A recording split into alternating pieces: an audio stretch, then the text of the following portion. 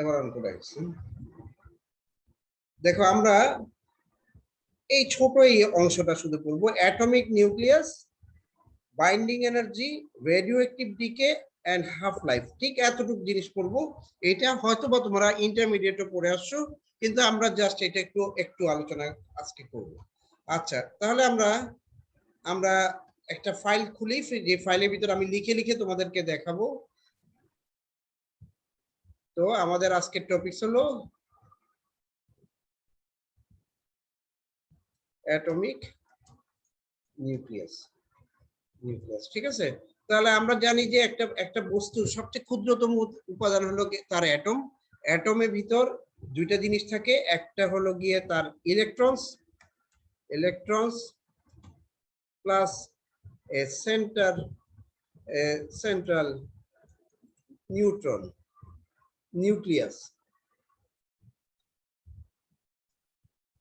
ঠিক আছে, এই হলো গিয়ে আমাদের ইলেকট্রনের একটা অ্যাটমের বৈশিষ্ট্য। তার ভিতরে ইলেকট্রন থাকবে এবং নিউক্লিয়াস থাকবে। সরি, নিউক্লিয়াস বানানটা মনে হয়নি, নিউক্লিয়াস বানানটা ঠিক করি, নিউক্লিয়াস। তো এখন নিউক্লিয়াসের ভিতর কি কি থাকে? নিউক্লিয়াসের ভিতর থাকে, নিউক্লিয়াস হলো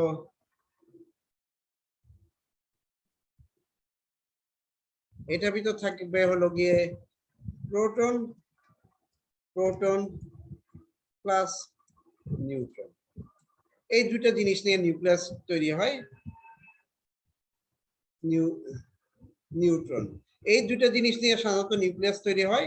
তো নিউক্লিয়াসে তাহলে এখন প্রোটন এবং নিউট্রন এই দুইটার হলো মাস থাকে।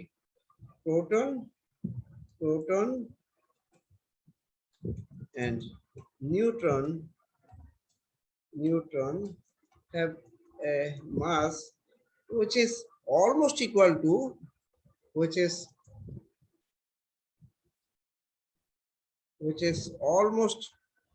almost equal to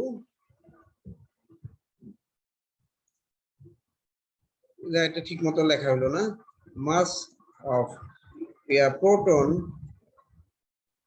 one proton or neutron is almost equal to, এটার মান হলো, এখানে নিচে আমি কোথাও লিখে রাখছিলাম, খুঁজে বাইর করতে হবে, এক মিনিট।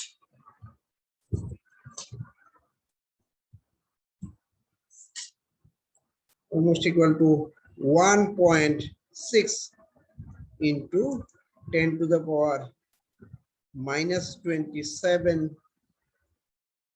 কেজি। ঠিক আছে, এটা হলো একটা প্রোটন বা একটা নিউট্রনের মাস। কিন্তু আমাদের এই এত ছোট একটা মাস, এই জিনিসটাকে আমরা আসলে অন্য একটা একক দিয়ে সাধারণত প্রকাশ করি, সেই একটাকে বলা হয় ওয়ান মাস ইউনিট। এটাকে আমরা ইউ বলি, এই ইউটাকে আমরা বলা হয় ওয়ান মাস ইউনিট। এটার মান হলো exactly 1.6604 into 10 to the power minus 27, বেশি বড় হয়ে গেছে, একটু ছোট করে নিই জিনিসটা, minus 27 কেজি।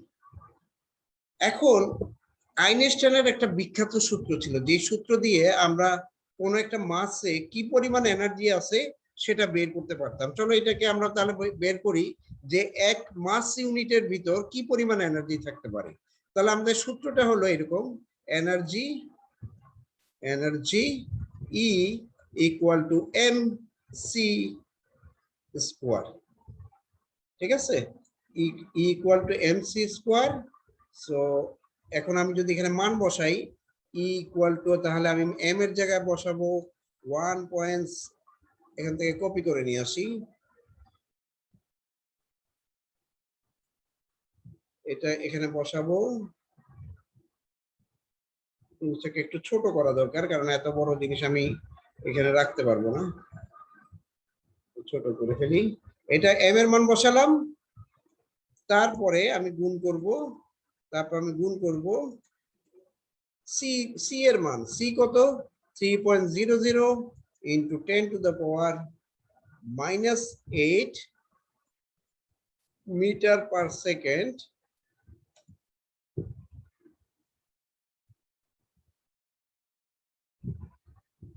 ছোট করে সেকেন্ড হোল স্কয়ার। ঠিক আছে, এখন এই দুইটাকে আমি গুণ করব, গুণ করে আমি কিছু একটা পাবো, ধরো সেটার মান হলো এক্স। ঠিক আছে, আমি আসলে গুণ করছি না, গুণ না করে আমি এইটার গুণফলটাকে ধরলাম আমি এক্স, এইটার একক হলো জুল। স্যার, হ্যাঁ প্লিজ বলো। স্যার 3 × 10⁸ হবে না? ও sorry sorry, right, exactly, you are correct. আলোর গতি হলো 10⁸, ভুলে -8 লিখে ফেলছি। এখন এটা যদি গুণ করি, গুণফলটাকে আমি বললাম এক্স, এটা হলো জুলে বের হবে, কারণ কাজের এনার্জির একক হলো জুল। এখন এটাকে আমি প্রথমে এটাকে ইলেকট্রন ভোল্টে নিয়ে যেতে পারি। কিভাবে ইলেকট্রন ভোল্টে নিব?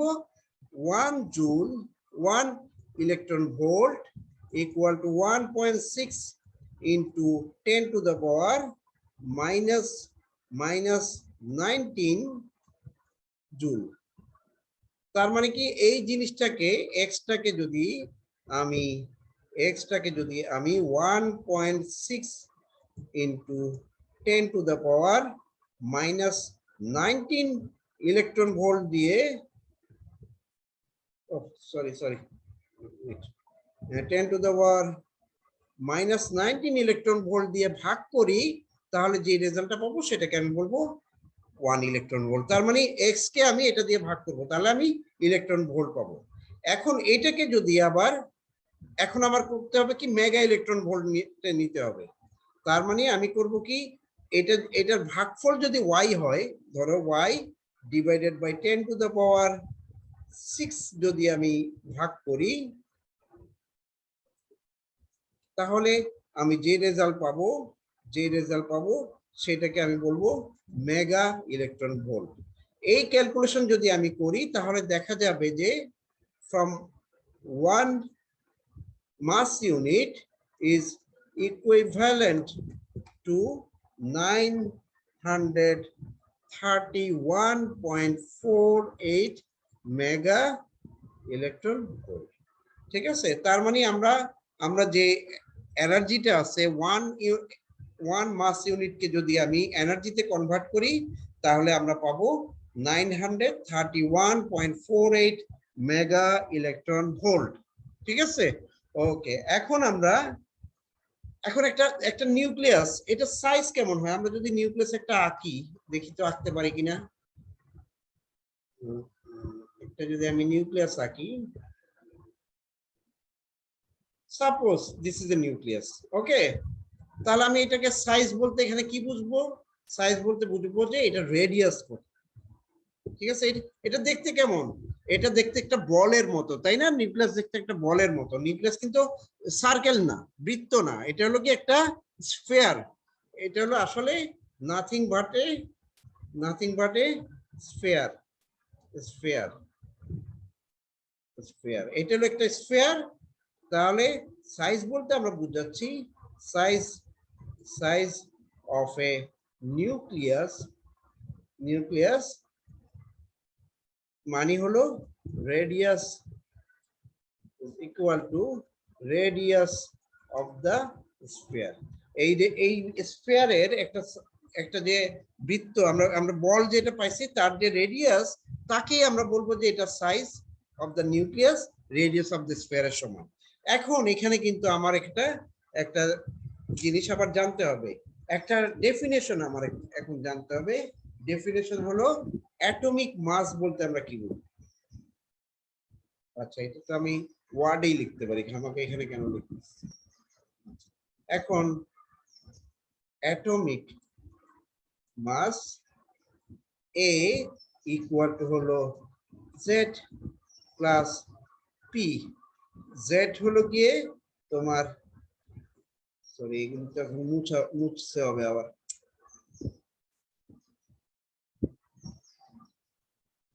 এখানে জেড ইকুয়াল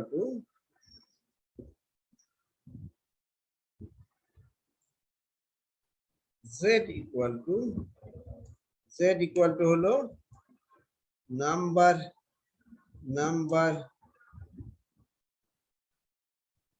অফ প্রোটন, আর পি হলো গিয়ে নাম্বার, সরি উল্টা লিখছি, নাম্বার অফ, এটা হলো নিউট্রন, আর পি বলতে আমরা বুঝি number of proton.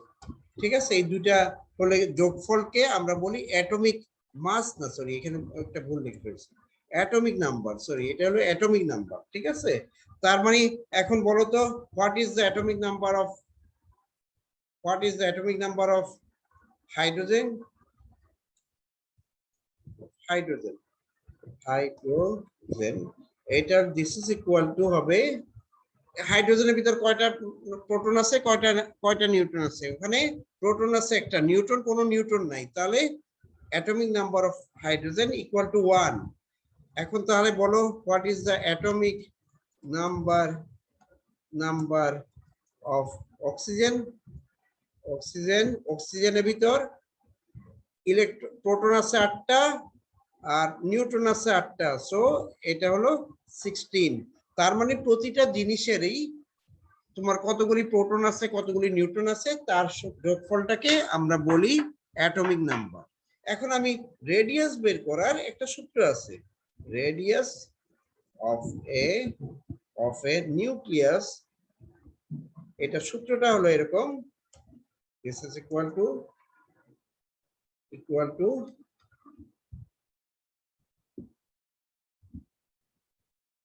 r equal to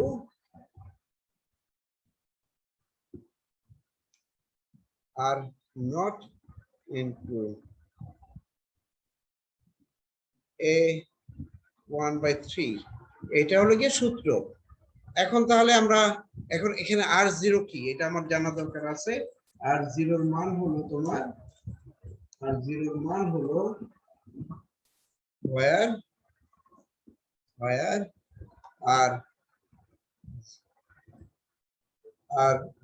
r0 equal to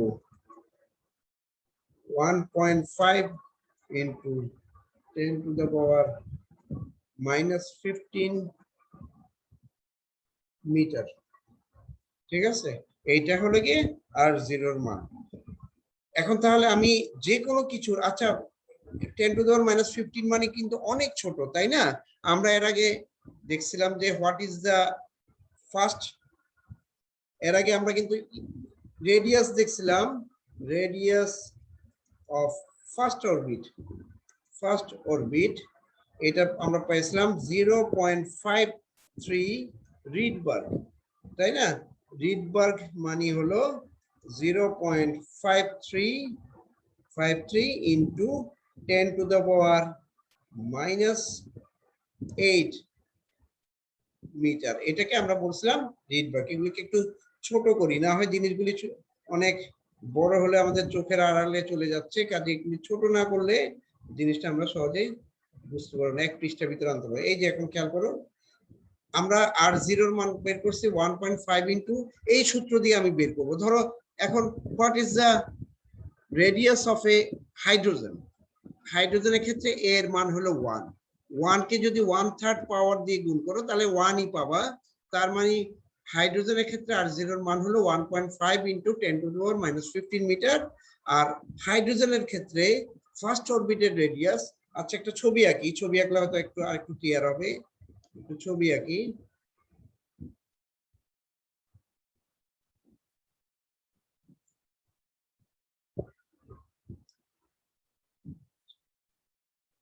ধরো এটা হলো গিয়ে নিউক্লিয়াস, আরেকটু বড় আঁকতে হবে, আরেকটু বড় না আঁকলে বোঝানো যাবে।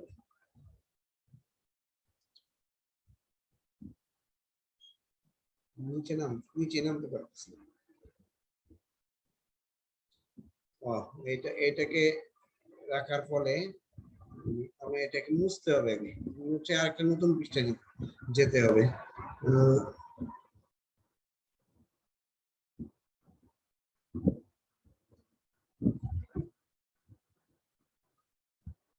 ছবিটা আমি আঁকতেই পারছি না। আচ্ছা এই যে এবার চেষ্টা করি, আমি এটার উপরে আঁকি। এই হলো গিয়া তোমার নিউক্লিয়াস, ঠিক আছে, এটা নিউক্লিয়াস। এবার আমার এটা হলো আমার ফার্স্ট অরবিট, ঠিক আছে। এখন নিউক্লিয়াসের ক্ষেত্রে রেডিয়াস আমি কিভাবে বের করব? এইটা হলো নিউক্লিয়াসের রেডিয়াস, ঠিক আছে। এটার মান, এটা হলো ধরো আমি এটা হাইড্রোজেনের জন্য বের করতেছি, তাহলে এইটার মান কত হবে? এটা হবে 1.5 × 10⁵ মিটার। আর ফার্স্ট অরবিটের রেডিয়াস হবে এখান থেকে শুরু করে এতটুকু, এইটার মান হবে 0.53 × 10⁻⁸ মিটার, ঠিক আছে। তার মানে কোনটা বড়? আসলে আর হলো অনেক ছোট হবে, আর রেডিয়াস অফ ফার্স্ট অরবিট তুলনামূলকভাবে অনেক বড় হবে, ঠিক আছে। তাহলে এই জিনিসটা থেকে এই যে সূত্রটা আছে, এই সূত্রটা দিয়ে আমরা বের করতে পারি what is the radius of N nucleus. এখন ধরো তোমাকে বলা হলো যে অক্সিজেনের জন্য তুমি রেডিয়াস বের করো, তখন কি করবা? এর মান 16 বসাবা, আর জিরোর মান এটা বসাবা, বসিয়ে অক্সিজেনের জন্য আর কত এটা বের করবা। এই জিনিসটা তুমি ক্যালকুলেটরে ব্যবহার করতে পারবা। যে কোনো কিছু পাওয়ার টু দ্য পাওয়ার 0.33 তে কত আসে, এটা তোমরা যদি x to the power y দিয়ে ব্যবহার করো, তাহলে এটা তুমি বের করতে পারবে। তো এইটা একটা জিনিস আমাদের জানার ছিল। আচ্ছা, এখন তারপরে আমি এরপরে টপিকসে আসি। তারপরে আমরা যে টপিকসটা আলোচনা করব, এটা মোটামুটি এখানে শেষ। তো আমরা আরেকটু অন্য টপিকসে যাব। আগে দেখি যে সিলেবাসে কি আছে। আমরা অ্যাটমিক নিউক্লিয়াস সম্পর্কে অলরেডি পড়ে ফেলছি।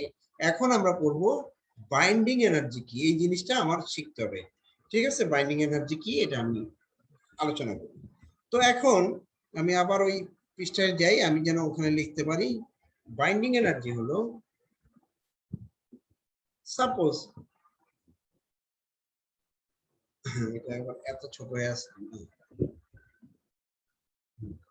না। এখন আমাদের আলোচনা হলো বাইন্ডিং এনার্জি কি জিনিস, এটা আমাদের একটু আলোচনা করি। এটা হলো the amount of energy required to separate the components of a nucleus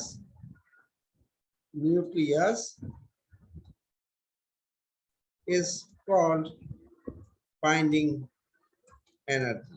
এটার অর্থ হলো, যখন আমরা ধরো কোনো একটা কম্পাউন্ড, একটা নিউক্লিয়াস আলোচনা করি, সেখানে কতগুলি নিউক্লিয়ন থাকবে, নিউট্রন।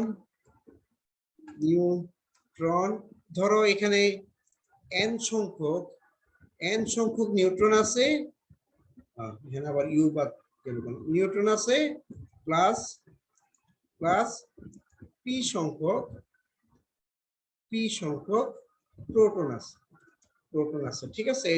তাহলে আমার যদি n সংখ্যক নিউট্রন এবং p সংখ্যক প্রোটন থাকে, তাহলে আমরা এইগুলি সবগুলি কিন্তু একসাথে মিলেমিশে থাকে, তাই না? কিন্তু এখানে কিন্তু অবাক হওয়ার একটা জিনিস আছে। ব্যাপারটা কি? প্রোটন, এটার কিন্তু চার্জ হলো ধনাত্মক। Proton has positive charge, neutron is চার্জলেস, মানে এটা কোনো চার্জ নাই, কিন্তু প্রোটন পজিটিভ চার্জ আছে। এখন দুইটা প্রোটনকে যদি আমি পাশাপাশি রাখি, তাহলে তো তাদের বিকর্ষণ করার কথা, তারা একে অন্যকে বিকর্ষণ করবে। কিন্তু যখন আমি একটা নিউক্লিয়াসের ভিতর প্রোটনগুলিকে রাখবো, তখন এরা বিকর্ষণ করে না, এরা একই সাথে থাকে। তার মানে তাদের কোনো একটা শক্তি তাদেরকে আটকে রাখে একসাথে থাকার জন্য। এখন যেই পরিমাণ এনার্জি আমার প্রয়োজন হয় কোন নিউক্লিয়াস, নিউট্রন এবং প্রোটনগুলিকে আলাদা করে ফেলতে, তাকেই বলা হয় বাইন্ডিং এনার্জি। এখন তাহলে আপনি কি স্ক্রিন শেয়ার করে রেখেছেন? হ্যাঁ, ওটা কি দেখা যাচ্ছে না? মানে স্যার আপনি, আচ্ছা, আমি আবার যাচ্ছি। এখন দেখতে পাচ্ছ কিনা দেখো তো। এখন দেখা যাচ্ছে। ও এখানে তাহলে কি হয়েছিল, আমি মনে হয় স্ক্রিন শেয়ার না করেই আবার তাহলে প্রথম থেকে আলোচনা করি, ঠিক আছে। এখান থেকে আলোচনা করি বাইন্ডিং এনার্জি হলো the amount of energy required to separate the components of a nucleus is called binding energy. তার মানে কি, আমি যেটা বলতে চাচ্ছিলাম যে কোনো একটা নিউক্লিয়াসের ভিতর n সংখ্যক নিউট্রন থাকতে পারে, p সংখ্যক প্রোটন থাকতে পারে। প্রোটন গুলো হলো পজিটিভ চার্জ, পজিটিভলি চার্জড, একটু ভাষাটা ঠিক হয়নি, পজিটিভলি চার্জড, আর নিউট্রন গুলি হলো চার্জলেস, এগুলি কোনো চার্জ নাই। এখন কতগুলি যদি পজিটিভ চার্জের জিনিস আমি যদি একসাথে করতে চাই, তারা কিন্তু একে অন্যকে বিকর্ষণ করার কথা। বিকর্ষণ করার কথা কেন? আমরা কিন্তু ওই যে কুলম্বস ল থেকে জানি একই ধরনের চার্জ একে অন্যকে বিকর্ষণ করে। কিন্তু অদ্ভুত ব্যাপার হলো এই প্রোটনগুলি সবগুলি একসাথে নিউক্লিয়াসের ভিতর থাকতে পারে, ঠিক আছে? তার মানে কোনো একটা শক্তি তাদেরকে বাধ্য করে একসাথে থাকার জন্য। এই যে শক্তিটা আছে সেটাকে বলা হয় বাইন্ডিং এনার্জি। এখন আমি এদেরকে আলাদা করতে, তাহলে আমার কি করতে হবে?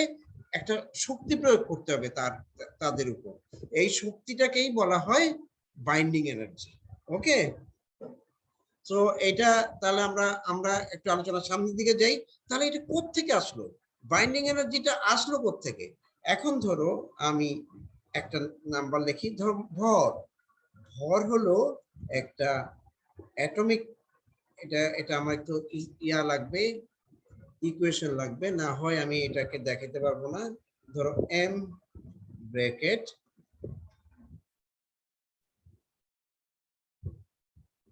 a,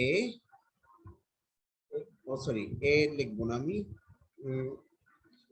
সিম্বল লিখি s, এটাকে নিচে লিখবো a, নিচে লিখবো z। এইভাবে আমি কোন একটা বস্তুকে আমি ব্যাখ্যা করতে পারি। এস দিয়ে বোঝাচ্ছি হলো কোন একটা বস্তুর সিম্বল, ঠিক আছে? এটা হাইড্রোজেনের ক্ষেত্রে এটা এইচ লিখবো, অক্সিজেন হলে ও লিখবো।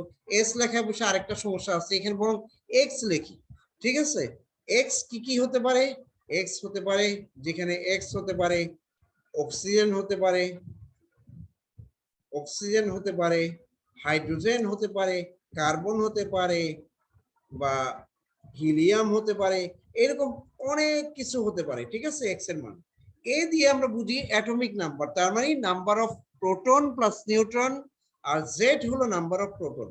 আর এম দিয়ে আমি বুঝাচ্ছি যে কোনো একটা বস্তুর ভর, ঠিক আছে? এটা হলো এম।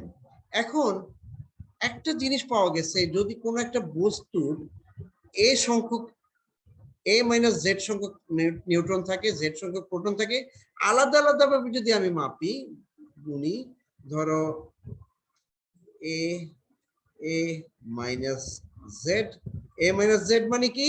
কতগুলি প্রোটন আছে, এটাকে আমি এইভাবে দেখাচ্ছি। সরি, এক মিনিট, কারণ ভাই, হ্যাঁ না, আমি একটা ক্লাস নিচ্ছি, আমি আসতেছি, ক্লাসটা নিয়ে আসছি। হ্যাঁ, আমি দিয়ে দিব, একটু পরে দিয়ে দিচ্ছি। আচ্ছা আচ্ছা, ঠিক আছে। আচ্ছা, এই হলো কি a মাইনাস জেড বলতে বোঝাচ্ছে হলো a মাইনাস জেড হলো number of of neutron, neutron, তারপর জেড মানে হলো নাম্বার অফ প্রোটন, আর এম, এটাকে আমি বলবো এম এন, প্রত্যেকটাকে টার্মকে আমি ব্যাখ্যা করে দিচ্ছি। Z M, Z M P, ঠিক আছে? জেড এম পি, ঠিক আছে? এই দেখো, এখানে আমি প্রতিটা জিনিসকে ব্যাখ্যা করি। a মাইনাস জেড বলতে বোঝাচ্ছি আমি নাম্বার অফ নিউট্রন, জেড মানে হলো number of proton, M N হলো মাস অফ নিউট্রন। এটা আবার চাই না যেটা 2 পৃষ্ঠায় লিখতাম, ছোট করবো।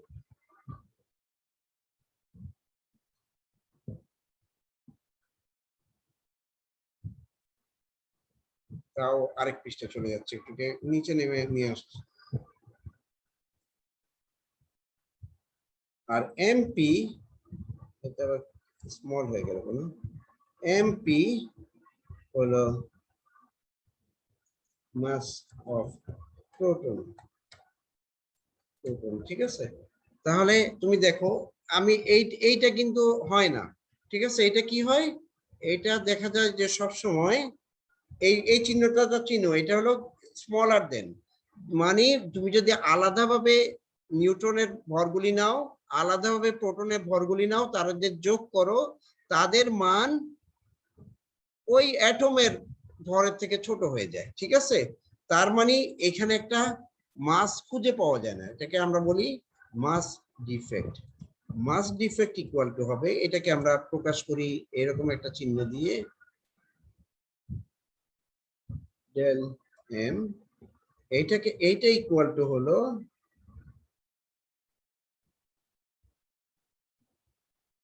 এই ভর দুইটা সবগুলির আলাদাভাবে ভর বিয়োগ বিয়োগ বিয়োগ এটা, ঠিক আছে। তার মানে কি, আমরা যেটা যেটা বলতে চাচ্ছি সেটা হলো গিয়ে, আমি যদি যতগুলি প্রোটন বা নিউট্রন দিয়ে একটা এক্স নামের উপাদানটা তৈরি হয়, সেগুলিকে যদি আমি আলাদা আলাদা ভাবে ওজন করি, ওজন করে যোগ করি, আর আমি যদি ওই অ্যাটমটাকে আলাদাভাবে যোগ মানে তার ভরটা মাপি, এদের মধ্যে একটা পার্থক্য আমরা পেয়ে যাব, ভরের একটা পার্থক্য পেয়ে যাব, যেটাকে আমরা ডেল এম বলি। এটা হলো মেস ডিফেক্ট। এখন এই যে এই পরিমাণ ভর, এটা আসলে শক্তিতে রূপান্তরিত হয়। তার মানে binding energy E equal to হবে ডেল এম সি স্কোয়ার। একটু আগে আমি তোমাদেরকে বলছি যে এই সূত্র একটা, এটা দিয়ে আমরা শক্তি বের করতে পারি। এখন আমি লেট মি ক্লিয়ারিফাই, এখন আবার একটু আমি তোমাদের সাথে আলোচনা করি। এখানে এ মাইনাস জেড, এই যে অংশটা দেখতে পাচ্ছ, এ মাইনাস জেড বলতে আমরা বুঝছি যে কতগুলি নিউট্রন আছে, ঠিক আছে। কোন একটা অ্যাটমে কতগুলি নিউট্রন আছে, তার সাথে যদি mn গুণ করি তাহলে আমরা কি পাবো, আমরা যদি mn গুণ করি, এই জিনিসটা হলো যেটা আমি হাইলাইট করে রাখছি, এটা হলো নিউট্রনগুলির ভর, ঠিক আছে। আর জেড হলো নাম্বার অফ প্রোটন, তার সাথে যদি আমি এমপি যোগ করি তাহলে আমি কি পাবো, যতগুলি প্রোটন আছে সবার ভর। এই দুইটাকে যদি আমি যোগ করি তাহলে আমি পাবো যতগুলি অ্যাটম নিউট্রন আছে এবং যতগুলি প্রোটন আছে তাদের সেপারেটলি ভর। আর এই জিনিসটা বলতে আমি বুঝাচ্ছি হলো এমন একটা পদার্থ, যেই পদার্থের নিউট্রন এবং প্রোটনগুলি সবগুলি একসাথে আছে এবং এদেরকে আমি একেবারে মাপছি, একেবারে ভরটা মাপছি। দেখা যায় যে যখন এদের একেবারে মাপবো তখন তাদের ভর এদের আলাদাভাবে মাপলে যা ভর পাবো তার থেকে কম হয়। তার মানে একটা মাস আমরা খুঁজে পাই না, সেই মাসটাকে বলা হয় ডেল্টা এম। সেই মাসটা হলো এটা তাহলে এদেরকে আলাদাভাবে মাপলে যা পাবো তার থেকে এদেরকে একসাথে মাপলে যা পাবো তার বিয়োগ ফলের সমান। এখন এই যে মাস ডিফেক্ট আছে, এইটা আসলে একটা এনার্জিতে কনভার্ট করলে আমরা খুঁজে পাবো যে এই জিনিসটাই বাইন্ডিং এনার্জি হিসাবে ওই বস্তুতে থাকে। এই বাইন্ডিং এনার্জির জন্যই প্রোটনগুলি সবগুলি পজিটিভ চার্জ হওয়া সত্ত্বেও তারা একে অন্যকে বিকর্ষণ করে না, তারা একই সাথে থাকতে পারে, ঠিক আছে। So this is the definition, এইটাই এখানে শেষ। তারপরে আমরা আরেকটা জিনিসে যাব, সেটা শেষ করে আমরা আশা করি যে আজকে এই টপিকটা শেষ করে ফেলতে পারবো। আমি একটু এখানে যাই, আমি এটা মোটামুটি তোমাদেরকে ইয়াতে লিখে দিব, এই ওয়ার্ড ফাইলে আমি লিখে দিব। আচ্ছা, তাহলে আমরা পরের টপিকসে যাই। এই টপিকটাকে বলা হয় radio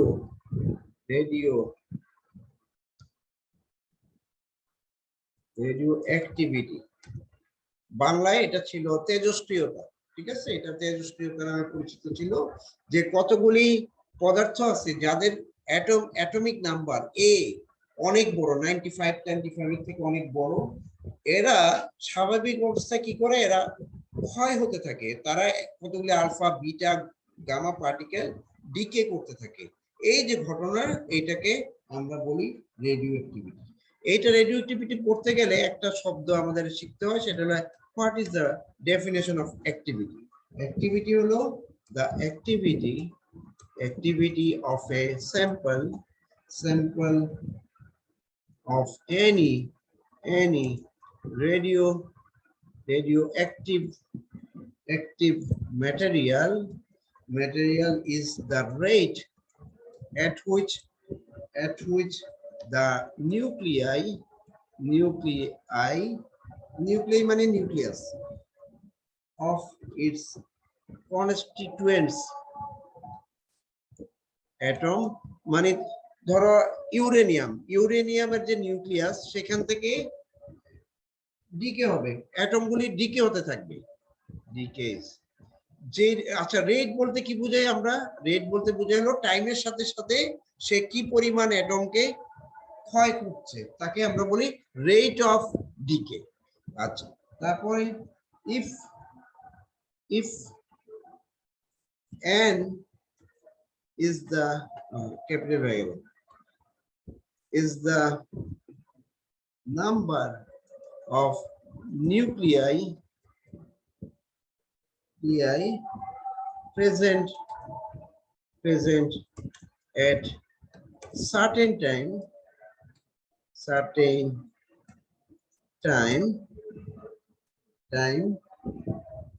in the sample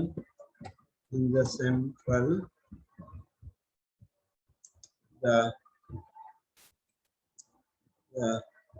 activity R is given by R বলতে কি বোঝাচ্ছি আমরা? R equal to insert equation R equal to, এটাকে আমরা একটা মাইনাস সাইন দিব। আচ্ছা, dn by dt। এই জিনিসটা বলতে কি বোঝায় আসলে? n হলো কি একটা নাম্বার, কি পরিমাণ অ্যাটম প্রতি সেকেন্ডে এগুলি বের হয়ে যাচ্ছে, ঠিক আছে? এটা কেন মাইনাস হলো কারণ যে স্যাম্পলটা তুমি নিচ্ছ সেই স্যাম্পলটা কিন্তু ছোট হয়ে যাচ্ছে সময়ের সাথে সাথে, তার নাম্বার অফ অ্যাটম কমে যাচ্ছে, তার জন্য এখানে একটা মাইনাস দিতে হবে। এবং অ্যাক্টিভিটি আর বলতে আমরা বুঝি this is negative of time rate of change of N, ঠিক আছে? সময়ের সাথে সাথে এন এর কি পরিবর্তন হচ্ছে তাকেই আমরা বলি অ্যাক্টিভিটি আর। আচ্ছা আচ্ছা, তারপরে আমরা এটাকে একটু ইয়া করব, এটা বিহেভিয়ারটা দেখব যে কিভাবে আসলে একটা স্যাম্পল থেকে যা বের হতে থাকে। আচ্ছা, আমরা ধরে নিই যে we can write that the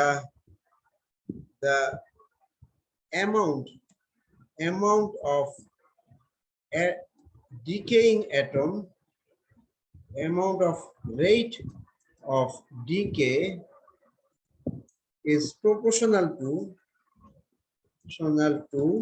the number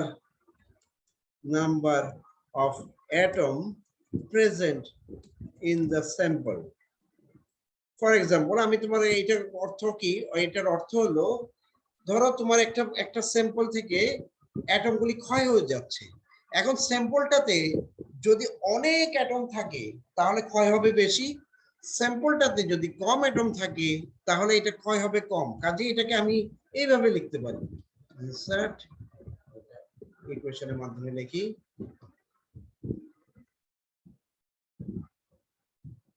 dn dt is proportional to, এটা তো ইনফিনিটি হলো না প্রপোর্শনালিটি হলো, যারা প্রপোর্শনালিটি এখানে আছে কিনা দেখে নি, এটা প্রপোর্শনাল কিনা না ইনফিনিটি, এইটা প্রপোর্শনাল টু n। আচ্ছা, এখানে একটা মাইনাস দিতে হবে। কেন মাইনাস দিতে হবে এটা একটু বলি। কারণ হলো তোমার সময়ের সাথে সাথে আসলে মাইনাসটা এখানে ছিল না, মাইনাসটা ছিল প্রথমে এইখানে, কারণ সময়ের সাথে সাথে আমার এন ক্ষয় হয়ে যাচ্ছে, তার জন্য ডিএনডিটি সবসময় একটা নেগেটিভ কোয়ান্টিটি।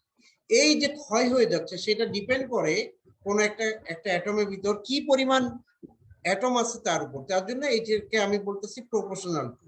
তো এইটাকে আমি যদি একটু প্রপোর্শনালিটি তুলে দিতে চাই, তাহলে এখানে একটা প্রপোর্শনালিটি কনস্ট্যান্ট চলে আসবে এইভাবে।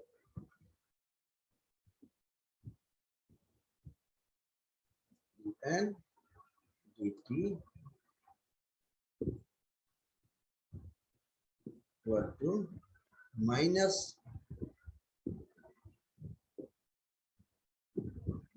lambda lambda lambda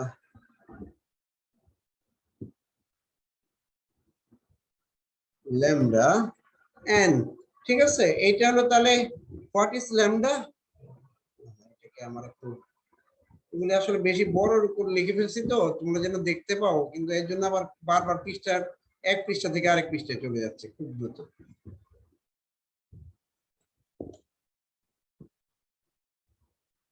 তাহলে ভাইয়া ল্যামডা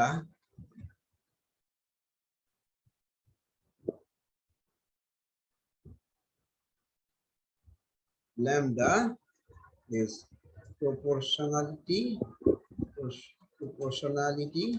constant। এটার একটা নাম আছে, এটার নাম হলো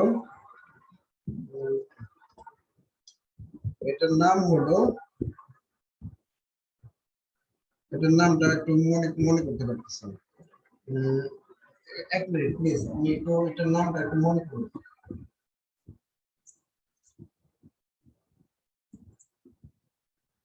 ভুলে গেলাম, আমি ভুলে যাওয়ার কথা না।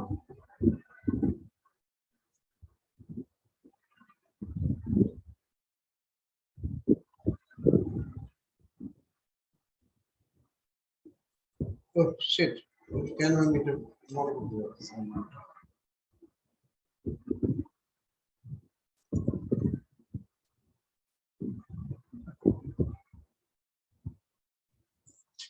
এটা একটু আমি একটু ব্র্যাকেটে লিখে আমি পরে মনে করি তোমাদের নামটা বলবো, ঠিক আছে? আমি মনে করতে পারতেছি না। আচ্ছা, এখন আমি ধরে নিই যে when time t equal to 0 n ছিল তখন n0, ঠিক আছে? আর যখন t t সমান সমান t মানে t সময় পরে n এর মান হয়ে গেছে n। এইটা যদি হয় তাহলে আমার ইন্টিগ্রেশন করি আমি একটু ইকুয়েশন। এখন যদি আমি সমীকরণের দুই পাশে ইন্টিগ্রেশন করি,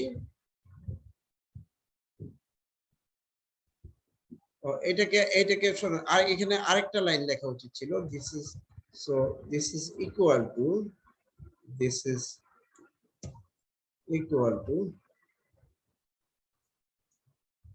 dn equal to minus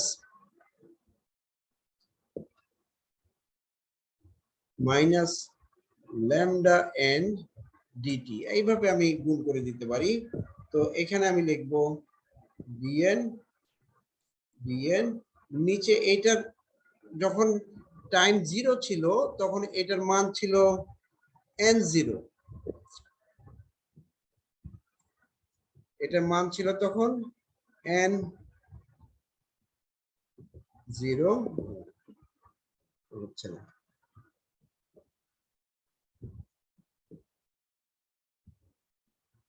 তখন মান ছিল তখন এটা n0, আর যখন এটা t সময় পরে এটা মান হয়ে গেছে n। তাহলে this is equal to there is another integration, যে ইন্টিগ্রেশনে টাইম থাকবে, এখানে থাকবে প্রথমে একটা মাইনাস ল্যামডা। হ্যাঁ স্যার ল্যামডাটা কি decay constant? Decay constant, right. এই একদম মনে ছিল না আমার নামটা, ঠিক আছে? এখন লিখি ডিকে কনস্ট্যান্ট, নামটা মনে ছিল না, নামটা মনে পড়ছিল। তাহলে ল্যামডা, তাহলে এখানে টাইম হবে 0, এখানে টাইম হবে t, তো এটা হবে ল্যামডা n। nটাকে এদিকে রাখতে পারবো না যেহেতু ইকুয়েশনটাতে এদিকে n আছে, তার মানে আমার এখানে লিখতে হবে ইনসার্ট ইকুয়েশন, এইভাবে নিয়ে আসতে হবে 1/n dn আর এখানে আমার লিখতে হবে ল্যামডা ডিটি। এটাকে আমি যদি সমীকরণের দুই পাশে ইন্টিগ্রেশন করি তাহলে এটা হয়ে যাবে এরকম log log log N log, এটা ইয়া লাগবে আমার, ইকুয়েশন ব্যবহার করতে হবে।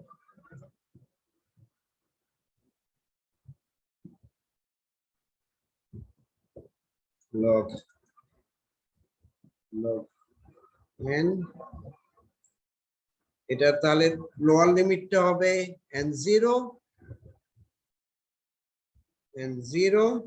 আর হায়ার লিমিটটা হবে n this is equal two, এখানে ডান পাশে আমি শুধু পাবো lambda t, nothing else, lambda t, কারণ এখানে যেহেতু টি এর মান 0 আছে এটা এরকম হয়ে যাবে। তার মানে এখানে আমি লিখতে পারি, এখানে আমি লিখতে পারি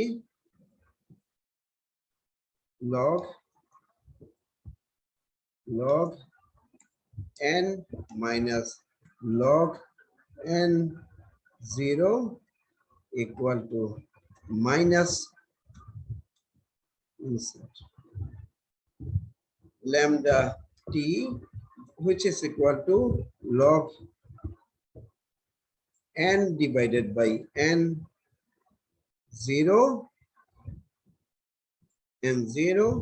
equal to minus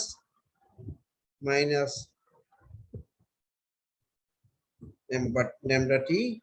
এখন এটাকে যদি আমি এখন এক্সপোনেনশিয়াল নিই, সমীকরণের দুই পাশে এক্সপোনেনশিয়াল নিলাম, taking exponential in both side, আমরা পাবো n divided by n0 equal to exp মানে হলো এক্সপোনেনশিয়াল, আমরা e টু দি পাওয়ারও লিখি, এইভাবেও লেখা যায় মাইনাস ল্যামডা টি,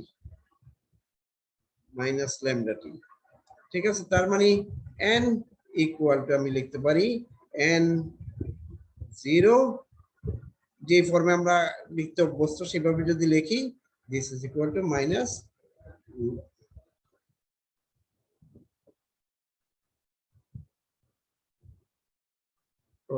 এটা এভাবে হচ্ছে না, আচ্ছা হবে কন্ট্রোল ভি, এটাকে আমি এখন এইভাবে লিখতে পারি। সো এটাকে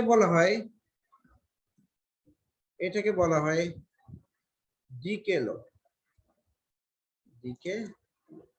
ঠিক আছে। এটাকে বলা হয় রেডিও অ্যাক্টিভ ডিকে ল। এটা খুব ইম্পর্টেন্ট একটা, এটা অনেক সময় প্রুভ করতে বলে, ঠিক আছে। এটা তাহলে তোমরা পড়ে নিবা। আচ্ছা, এই ডিকে ল থেকে আমরা একটা জিনিস পাই, সেটা হলো কি, এটাকে একটা হাফ লাইফ নামে একটা জিনিস আমরা বের করতে পারি। এটা কিভাবে বের করব? Half life, what is the definition of half life? Half life হলো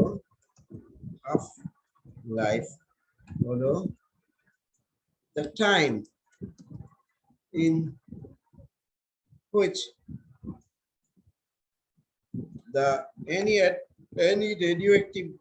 any radioactive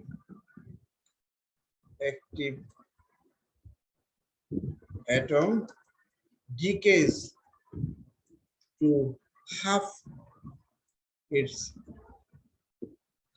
its previous size বলবো নাকি ইয়া বলবো, এটা একটু ইয়া হয়ে যাচ্ছে, আমরা এটা বলি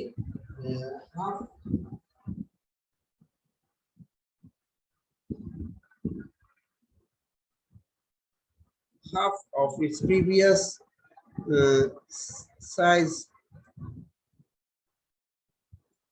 in atom number, ঠিক আছে। মানে তার যে অ্যাটম নাম্বার যেটা ছিল, ঠিক আছে, তার প্রিভিয়াস যেটা ছিল তার সেখান থেকে অর্ধেক হতে যেই সময় লাগে তাকে আমরা বলি যে হাফ লাইফ। তার মানে what is the n should be equal to n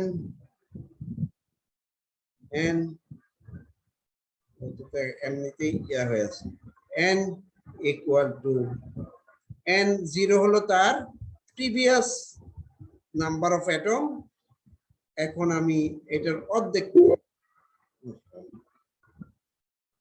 অর্ধেক হয়ে যাবে। যেই সময়টার ভিতর এটা অর্ধেক হয়ে যাবে তাকে আমরা বলতেছি হাফ লাইফ। তার মানে এই যে সমীকরণটা আছে সেখানে আমি এগুলি বসায় দিই।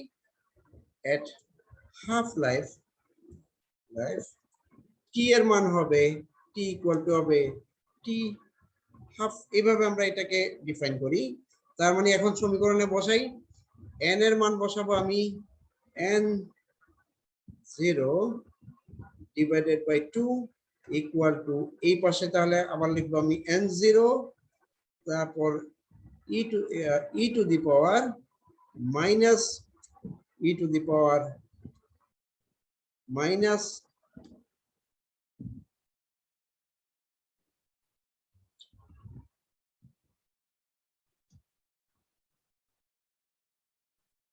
ল্যামডা। তো টি এর ওখানে গিয়ে আমি আবার হাফ লিখতে হবে, কারণ টি হলো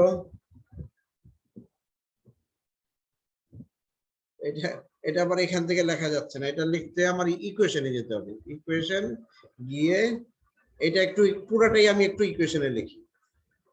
এটা হবে n0 by 2 equal to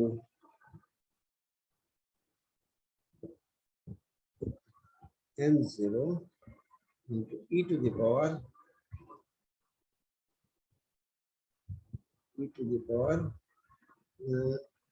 minus lambda, তারপর এখানে হবে টি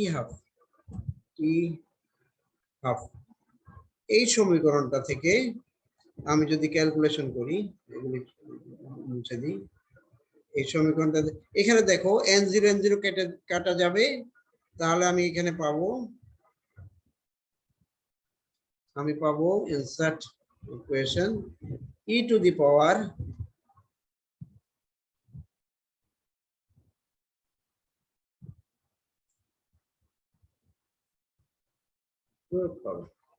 e to the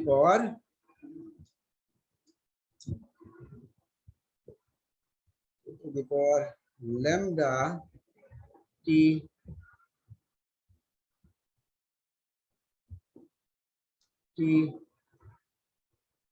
half equal to 2।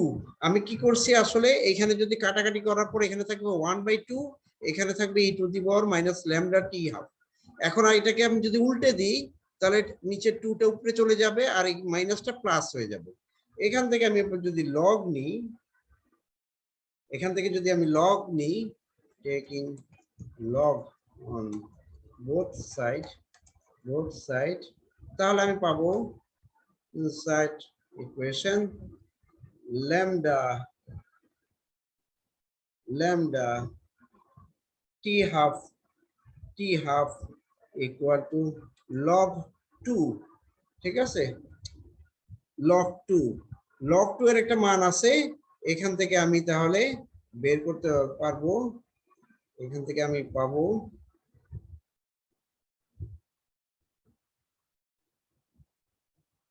ঠিক আছে, আমি পাবো t half equal to log 2 এর মান হলো 0.693 divided by lambda।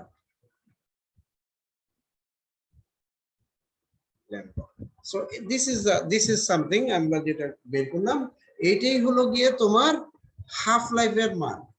এখন আমরা ল্যামডার মান যদি জানা থাকে তাহলে যে কোনো বস্তু টি হাফ কত আমরা বের করতে পারবো।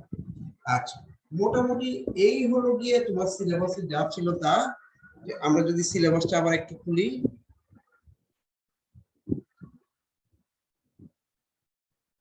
দেখো আমরা অলরেডি এটা পড়েছি, অ্যাটমিক নিউক্লিয়াস পড়েছি, তারপরে বাইন্ডিং এনার্জি কাকে বলে পড়েছি, রেডিওঅ্যাক্টিভ ডিকে কাকে বলে পড়েছি, হাফ লাইফ করে ফেলছি। ঠিক আছে, সো মডার্ন ফিজিক্সটা শেষ। ঠিক আছে, এখন নেক্সট ডেতে আমরা এই অংশটার এই অংশটার অঙ্কগুলি করব। এটা আজকে আর পারবো না, কারণ আমি কিন্তু একটু অসুস্থ আছি, একটু জ্বর ভাব আছে, কাজে আমরা আর অঙ্কটা আজকে শুরু করব না। আমরা আজকে ক্লাসটা এখানে শেষ করব। আর এই জিনিসটার লেকচার নোট টোট এগুলো আমি তোমাদেরকে পাঠিয়ে দিব। আর আমাদের শুধুমাত্র এই চ্যাপ্টারটা বাকি আছে, এই চ্যাপ্টারটা বাকি আছে। এবং এই জায়গাটায় সবচেয়ে ইম্পর্টেন্ট যে জায়গাটা, এইটা কিন্তু তোমাদের একটু ভালো করে শিখতে হবে, অপটিক্যাল ফাইবার, কারণ এটা তোমাদের আসলে কাজের সাথে অনেক সম্পর্ক। অপটিক্যাল ফাইবার নিয়ে তোমাদের শিখতে হবে। সো আমরা নেক্সট ক্লাস যদি অঙ্ক করি, অঙ্কের পরে আগামী উইকে এই ইন্টারফারেন্স ডিফ্লেকশনের এই চ্যাপ্টারটা শুরু করব। আমরা 17 তারিখ পর্যন্ত আরো 3-4টা ক্লাস পাবো, আর আমাদের হয়ে যাবে সুন্দর করে। তো 10 তারিখে আমরা চেষ্টা করবো একটা পরীক্ষা নিতে, তারপরে আবার হয়তো 2টা ক্লাস নিয়ে আমরা শেষ করব। তোমাদের এবার তোমাদের যদি পরীক্ষা হয়, তাহলে আমি একটু অপশন বেশি রাখার চেষ্টা করব। আগে আমরা একটা 5টার ভিতর 4টা লিখতে বলতাম, কিন্তু আমি চেষ্টা করবো যেন 6টার ভিতর 4টা প্রশ্ন তোমাদেরকে আনসার করতে হবে। তো আমি এটা তাহলে শেয়ারটা বন্ধ করছি, ফাইলটা আমি তোমাদের কাছে পাঠিয়ে দিব। আর তোমরা এই জিনিসটা পাবা, তোমাদের যে বইটা আমি তোমাদেরকে দিয়েছি ব্লেজার, আফটার ব্লেজারের চ্যাপ্টার 21 এবং চ্যাপ্টার 23 তে এই জিনিসগুলি তোমরা দেখতে পাবো। যেগুলি আমি আজকে পড়েছি এগুলো এই 2টা চ্যাপ্টারের ভিতর আছে। তো ঠিক আছে, তাহলে সেক্ষেত্রে আমরা এখন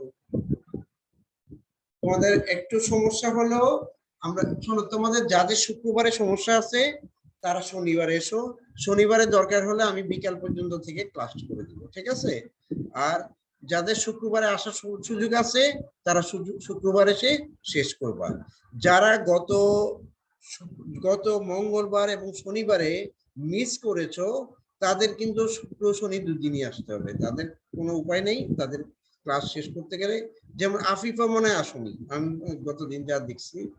যারা যারা গতদিন ক্লাস করেছিল তাদেরকে আমি গুগল ক্লাসরুমে তোমাদের অ্যাসাইন করে দিয়েছি। যারা ক্লাস করো নাই তারা কিন্তু আমি অ্যাসাইন করে দিই নাই। তুমি যদি অ্যাসাইন করে না দিই তাহলে কিন্তু তুমি আর ওইটার মার্ক পাচ্ছ না। কাজে তোমার অ্যাসাইন করতে গেলে তোমার এই ক্লাসটা করতেই হবে, ঠিক আছে? তাহলে আমরা আজকে এখানে থামতে পারি। আমরা থেমে আমরা যে